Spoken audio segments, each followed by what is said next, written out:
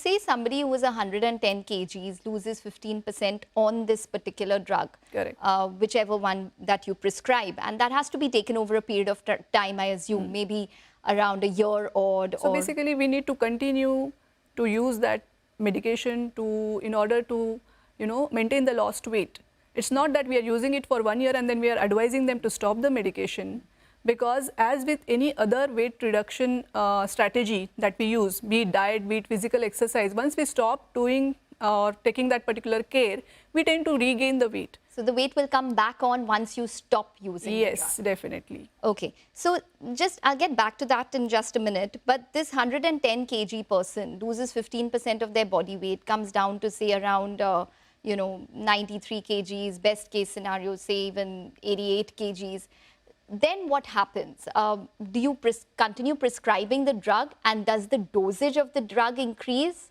Yes. So if we need to increase the doses to achieve the target weight, we will keep on increasing the dose to that extent which is, approved by the for that particular drug. And on that maximum drug, we will look at the whatever weight the person is losing, and we'll continue that maximum tolerated dose to maintain the lost weight. And with time, the person might keep on losing the weight, and simultaneously the other lifestyle modification will also help for them to continue the weight reduction. See, the most important effect in this, someone who has been on a higher side on the weight and was unable to lose weight for some or the other reason for a very long period of time, once they start seeing the change in their body and they start losing weight, they become so motivated in following up with the diet, regular exercise, that they themselves would like to stop this drug over a period of time and continue the lifestyle modification, which I have seen in many of my patients. That kick for sticking to the lifestyle, that is given by these drugs. So as we call them as a facilitator for weight reduction, not in terms just of by the chemical nature, but because of the result that they are showing to the patients. So it is also quite useful in them. Okay. But Dr. Mithal, this is not a magic pill. You still need to follow your exercise regime. You need to follow your diet. It's not a pill that you pop and then, the weight just melts off, is it? Yeah, absolutely. And I think I strongly second what my colleague said. Basically, the fact is that people are frustrated because they've attempted all lifestyle measures and have not succeeded in losing weight, or if they did, it came back. Now, when they see changes in their weight with the medication, they become motivated. And I have many patients like she's describing, where once they get this result of 10 kg weight loss, it motivates them to follow their lifestyle much more intensively and to try that weight. But remember, again, weight loss drugs, Ozempic, Wegovy, Mounjaro, are all part of a program for weight reduction. It's a journey. They are not standalone drugs. You start taking the medication and lose weight, don't do anything else. You will lose weight if you just take the medication. And that's a bit of a risk, because you're just going to lose muscle along with fat, all those things. But if you are exercising regularly, taking the right diet, enough protein, enough fiber, enough hydration, you will get the maximum benefit from these drugs. Plus, you'll be able to reduce the drug dose as you go along, and some of you may even be able to go off it. So the key But when part you go is, off it, Dr. Mithal, just to interrupt you there, when you go off it, how do you sustain without the drug? Because it's going to be, a little more harder to do the exercise and to maintain the diet, because you had that additional push from the drug, but now you don't. Absolutely, and that's the real question here with the use of these drugs. There is a certain category of patients, older, diabetics, overweight, where it's clear, like all diabetes medication, this is a lifelong medication. So no discussion. We start insulin injections, you take them lifelong. So similarly, if you're a 50, a 5-year, 60-year-old diabetic who's got onto this, very likely you're going to use it lifelong. And we do tell patients that you might need it lifelong. The issue will be about people who are just using it for just weight, and especially younger people. People who are in their 30s or 40s, how can we say it's going to be lifelong?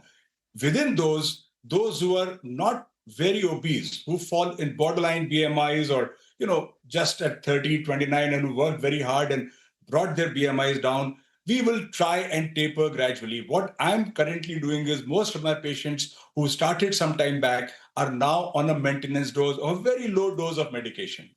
And once they're stable on that dose, not putting on weight, I try and take them off. This I'm talking again of relatively younger patients who are not diabetic. For someone who has diabetes, it's an anti-diabetic drug. So it's pretty fair to use it lifelong. Okay, what about the factor about side effects? What are the side effects that people need to be aware of? We've spoken about how, or it's publicly noted about, nausea, etc. But I'm going to just drill down on the more serious side effects which have been recorded. For example, there's a recent study which was published by JAMA linking GLP-1 drugs to age-related macular degeneration. And there are eye conditions that it's been linked to. How comfortable are you with that, Dr. Mithal? So I think that's the single biggest question with these drugs at the moment. Firstly, clinical trials have not shown that. The data that's being presented, and I read the JAMA paper, is basically about large numbers of patients who have age-related macular degeneration or NAION, and they found that within those patients, the number of patients taking GLP-1 drugs was higher. Okay, so the association is not firmly established. There are plenty of studies showing no association. Having said that, we have to be alert about that. We cannot just dismiss it. Any signal should not be taken for granted. So therefore, as a precaution, I am advising eye check to all my patients before initiation of the therapy and once a year. That's the best we can do at present. If at all this effect is found, this side effect, I think it's exceptionally rare, and we really don't know the final answer yet as to whether it's really there or not. Okay. Well, Dr. Sonali, there's a black box warning for thyroid tumors. How seriously would you take that? It's been found in animals and not in humans in terms of the clinical studies, but we don't have long-term data on that. Correct. So basically these GLP-1 receptors, they are found in a huge number in the rodent's thyroid gland. Whereas if we compare it with the humans, we don't have the GLP-1 receptors, those many on the human thyroid. And therefore, like sir said, we have been using these drugs from last 20 years, but we could not find a significant increase in the number of this medullary thyroid carcinomas with the use of these medications as of now. Although we do take that in consideration if someone is been on these drugs and comes with the suspicion of that thyroid swelling or tumor. In that case, we might evaluate. And so because it's not seen in the trials in humans yet, there is no even the screening protocol that we should keep on screening the patients for these cancers. Okay, so as of now, the rewards outweigh the risks, you would say, for thyroid as well as eye conditions? Yes, yes. Okay. What about the muscle loss? Because that's, some people lose as much as 25 to 39% of muscle loss. In any case, Indians eat less protein and don't hit the gym on a regular basis for weight training. Is that a condition that you think about twice? Yes, basically that is the most important factor to be taken into consideration, and that is why we should not just consider this medication as just a magic pill. And as we were discussing, it has to be a part of the a broad spectrum obesity program where we are all ensuring the high protein diet, ensuring the muscle strengthening, the weight training exercises along with these drugs and the lifestyle modifications, so that we can minimize the lost weight. Obviously, as you rightly said, when we are getting the benefits in terms of reduction of the comorbidities along with the weight loss, we are considering this medication irrespective of the lean muscle mass which we are muscle mass loss which we are seeing. But for that, we have to be always proactive in terms of preventing that lean muscle mass. Okay. Well, I have a couple of viewer queries, and I'll just request you to keep your answers extremely brief for this.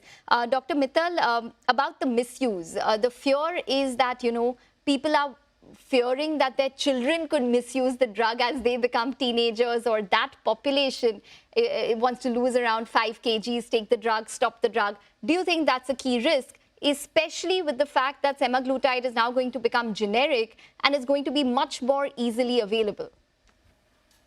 Well, I would like to look at it positively. I think my patients have more options, and I think that if it becomes cheaper, it has, even greater number of people have access. But you're absolutely right. I agree. The potential for misuse is high, and we really need to regulate the sale of these drugs very tightly. Otherwise, yes, this kind of misuse is very much possible. In fact, I'm getting a lot of requests from people who are just like, a BMI of 24 and they want to be 23, something like that. So we need to be cautious. Okay, Dr. Sonali, how do we address the larger issue of obesity in India? When your patient comes in, what is the first line of recommendation for you to the patient? So I always start my consultation with the basic questions about all the lifestyle factors that we take into consideration, right from the diet, the exercise, their sleep hygiene, what time they get up, how long they watch the TVs, or they have been working on the screen, and what are the how is the environment at home in terms of domestic environment, the socio-economic environment, and all those things needs to be considered, because they are again equally contributing to the weight issue. Okay, all right, Dr. Mithal as well as Dr. Sonali, thank you very much for joining in and giving us all of this perspective. Dr. Mithal, I do understand that you've written a book on weight loss drugs, so I'm sure that would be helpful as well. But thanks very much for joining in on the Medicine Box and talking to us.